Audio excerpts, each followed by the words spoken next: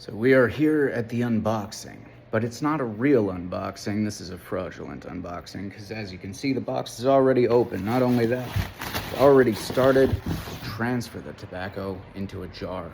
So this is a false unboxing. I'm sorry I tricked you.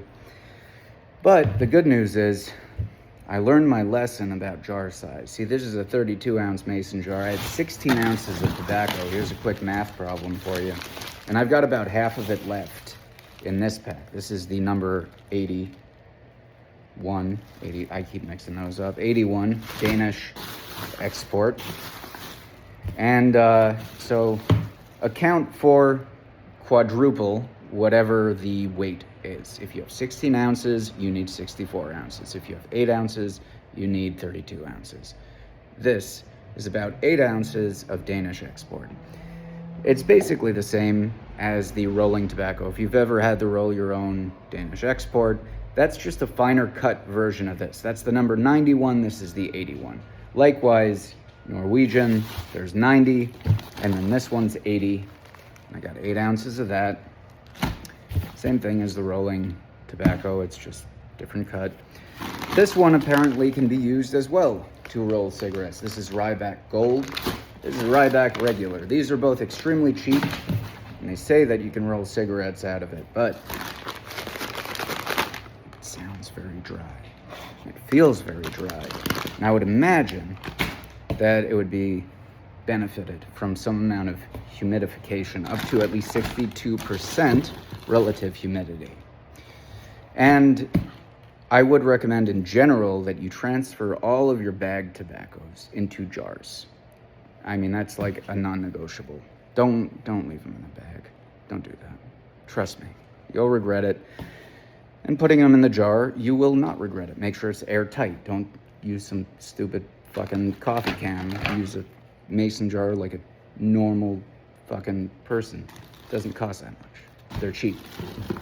You should have containers of mason jars anyway. Like, when you're complaining about the cost of groceries, that's like the impulse is buy mason jars. That's the solution to high costs. Buy more mason jars. This is Moon Trance. I like this before bed, as I've said. It's very mellow, and it's nice to have something that's not like super heavy and punchy before bed. Speaking of which, apparently the difference between Ryback Gold and Ryback Regular is that Ryback Gold is a lot more, it has a lot more body. It has Kentucky tobacco in there, which is smoky and heavy, and the other one is supposed to be more mellow. I haven't tried them yet. I'll review those when I do, but I like this one, Lane 1Q. Smells really nice. I'm not into the flavored ones, as I've said, as a general rule, but if I want to be inoffensive in what I'm smoking, and I want something that's very light, and I want something that I don't have to cut pieces off of like a plug or crush like a... This is good. You just take a little, put it in a pipe, and people are like, oh, that smells good. What is that? And then you try to shout above the music, oh, it's Lane 1Q, and they're like, what? It's fun. Take it to a bar sometime. And this is Old Joe Krantz, which is Cornell and Deal, which is a very respectable brand and a very delectable kind of tobacco. I would certainly recommend it. I don't remember if I showed the Bullseye Flake yet. If I did, I apologize. I feel like I did, but maybe I didn't. Peter Stokkebye Bullseye Flake. This stuff is great. I always keep some on hand. I age it. I notice even after a few months of aging, there is a significant mellowing and improvement in the flavor. But, you could do it for up to 10 years and still find benefit. But this particular batch, since I already have some aging, is just for normal use. And I might age some quantity of it a shorter amount of time than my existing cellared stash. I'll be back, and I will discuss each of these. I haven't tried all of them yet, but as I try them, I will review them, and I'll go over the history of I will go over the history of pipe smoking and try to speak English when I do it. Lose it at times. And if that's not interesting to you, that's too bad, because it's interesting to me, and that's what I'm going to do.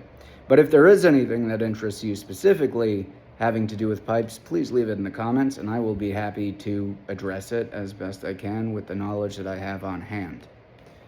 In the meantime, I hope this was informative to the extent that it was supposed to be, and I hope to hear from some of you. And otherwise, you will hear from me. So, have a great day, and I'll see you next time.